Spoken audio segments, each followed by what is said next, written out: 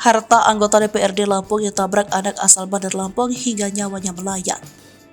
Oktari Jaya, anggota DPRD Provinsi Lampung yang tabrak balita hingga tewas tercatat memiliki harta kekayaan sebesar 2 miliar rupiah.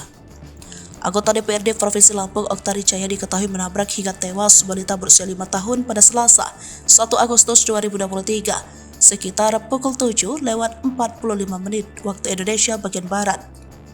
Terbaru, harta kekayaan yang dimiliki anggota DPRD Provinsi Lampung tersebut menyita perhatian karena nominalnya yang fantastis. Dilansir dari LKHPN, Kamis 3 Agustus 2023, harta kekayaan Oktari Jaya mencapai 2,60 miliar rupiah pada 2021 lalu. Jumlah tersebut naik dibandingkan tahun sebelumnya yang mencapai 1,609 rupiah pada 2020.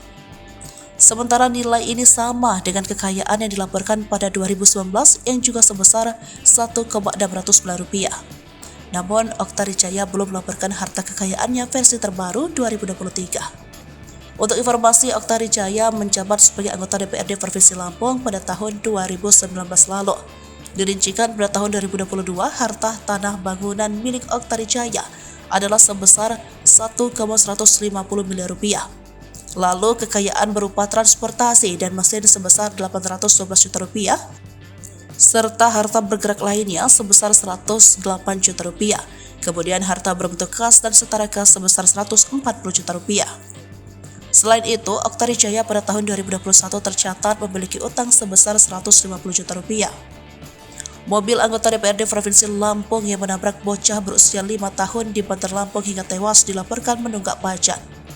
Diberitakan sebelumnya seorang bocah berusia 5 tahun tewas akibat tertabrak mobil yang dikendarai anggota DPRD Provinsi Lampung pada Selasa 1 Agustus 2023 sekitar pukul 7:45.